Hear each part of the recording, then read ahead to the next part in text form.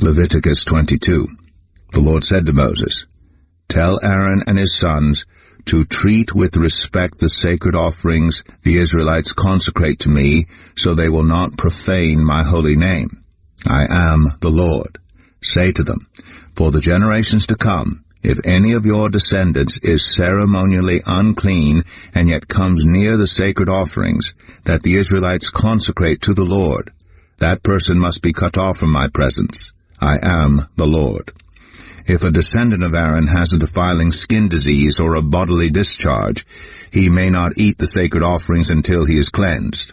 He will also be unclean if he touches something defiled by a corpse or by anyone who has an emission of semen, or if he touches any crawling thing that makes him unclean, or any person who makes him unclean, whatever the uncleanness may be.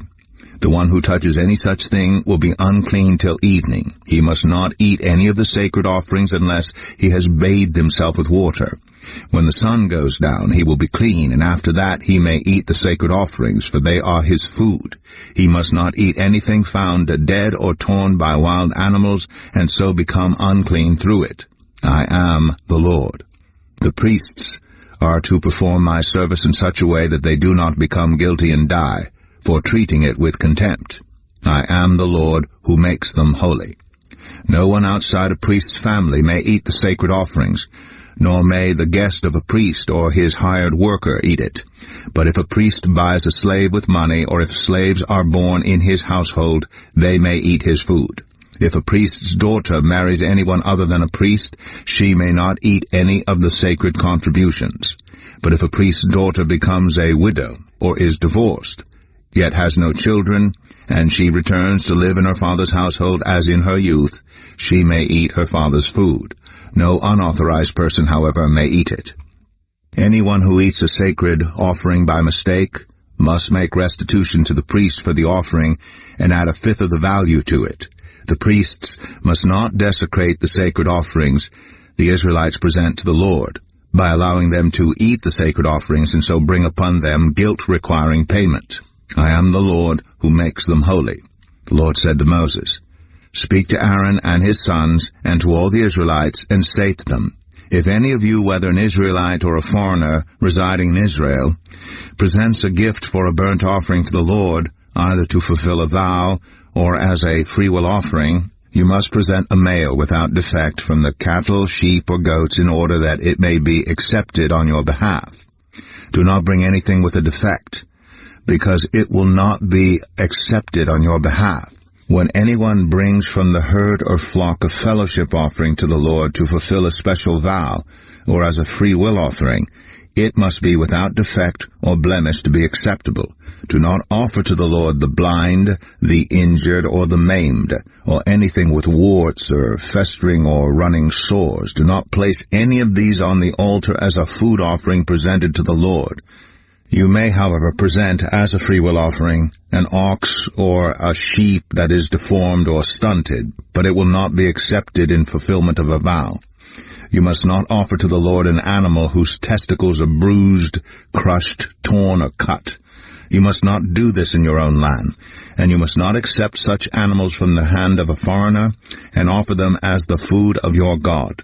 They will not be accepted on your behalf, because they are deformed and have defects.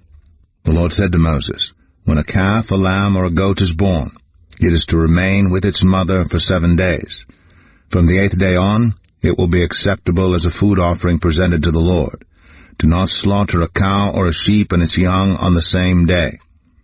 When you sacrifice a thank offering to the Lord, sacrifice it in such a way that it will be accepted on your behalf.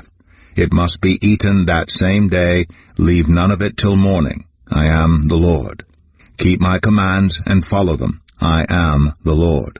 Do not profane my holy name, for I must be acknowledged as holy by the Israelites. I am the Lord who made you holy and who brought you out of Egypt to be your God. I am the Lord. Leviticus 23. The Lord said to Moses, "Speak to the Israelites and say to them, these are my appointed festivals, the appointed festivals of the Lord, which you are to proclaim as sacred assemblies. There are 6 days when you may work, But the seventh day is a day of Sabbath rest, a day of sacred assembly. You are not to do any work. Wherever you live, it is a Sabbath to the Lord. These are the Lord's appointed festivals. The sacred assemblies you are to proclaim at their appointed times. The Lord's Passover begins at twilight on the 14th day of the first month. On the 15th day of that month, the Lord's festival of unleavened bread begins. For 7 days you must eat bread made without yeast. On the first day, hold a sacred assembly and do no regular work. For 7 days present a food offering to the Lord, and on the 7th day hold a sacred assembly and do no regular work. The Lord said to Moses, "Speak to the Israelites and say to them, when you enter the land I am going to give you, and you reap its harvest, bring to the priest a sheaf of the first grain you harvest. He is to wave the sheaf before the Lord, so it will be accepted on your behalf. The priest is to wave it on the day after the Sabbath. On the day you wave the sheaf, you must sacrifice as a burnt offering to the Lord a lamb a year old without defect, together with its grain offering of 2/10 of an ephah of the finest flour mixed with olive oil, a food offering presented to the Lord, a pleasing aroma, and its drink offering of 1/4 of a hin of wine. You must not eat any bread or roasted or new grain until the very day you bring this offering to your God. This is to be a lasting ordinance for the generations to come wherever you live. From the day after the Sabbath, the day you brought the sheaf of the wave offering, count off 7 full weeks. Count off 50 days up to the day after the 7th Sabbath, and then present an offering of new grain to the Lord. From wherever you live, bring 2 loaves made of 2/10 of an ephah of the finest flour, baked with yeast, as a wave offering of first fruits to the Lord. Present with this bread 7 male lambs, each a year old and without defect, 1 young bull and 2 rams. They will be a burnt offering to the Lord, together with their grain offerings and drink offerings, a food offering, an aroma pleasing to the Lord. Then sacrifice 1 male goat for a sin offering, and 2 lambs, each a year old, for a fellowship offering. The priest is to wave the 2 lambs before the Lord as a wave offering, together with the bread of the first fruits. They are a sacred offering to the Lord for the priest. On that same day, you are to proclaim a sacred assembly and do no regular work. This is to be a lasting ordinance for the generations to come wherever you live. When you reap the harvest of your land, do not reap to the very edges of your field or gather the gleanings of your harvest. Leave them for the poor and for the foreigner residing among you. I am the Lord your God.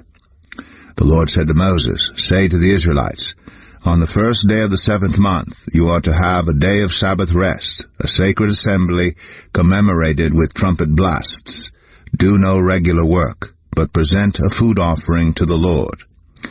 The Lord said to Moses, "The 10th day of this 7th month is the day of atonement.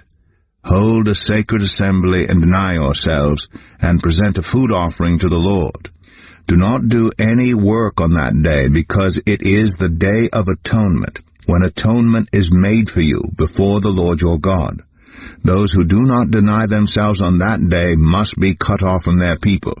I will destroy from among their people anyone who does any work on that day. You shall do no work at all. This is to be a lasting ordinance for the generations to come wherever you live. It is a day of Sabbath rest for you, and you must deny yourselves. From the evening of the 9th day of the month until the following evening, you are to observe your Sabbath." The Lord said to Moses, "Say to the Israelites, on the 15th day of the 7th month, the Lord's festival of tabernacles begins, and it lasts for 7 days.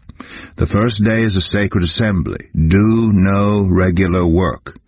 For 7 days present food offerings to the Lord, and on the 8th day hold a sacred assembly, and present a food offering to the Lord. It is the closing special assembly. Do no regular work. These are the Lord's appointed festivals which you are to proclaim as sacred assemblies for bringing food offerings to the Lord, the burnt offerings and grain offerings, sacrifices and drink offerings required for each day. These offerings are in addition to those for the Lord's Sabbaths, and in addition to your gifts, and whatever you have vowed, and all the freewill offerings you give to the Lord. So beginning with the 15th day of the 7th month, after you have gathered the crops of the land, celebrate the festival to the Lord for 7 days. The first day is a day of Sabbath rest, and the 8th day also is a day of Sabbath rest. On the first day, you are to take branches from luxuriant trees, from palms, willows, and other leafy trees, and rejoice before the Lord your God for 7 days. Celebrate this as a festival to the Lord for 7 days each year. This is to be a lasting ordinance for the generations to come. Celebrate it in the 7th month. Live in temporary shelters for 7 days. All native-born Israelites are to live in such shelters, so your descendants will know that I had the Israelites live in temporary shelters when I brought them out of Egypt. I am the Lord your God. So Moses announced to the Israelites the appointed festivals of the Lord.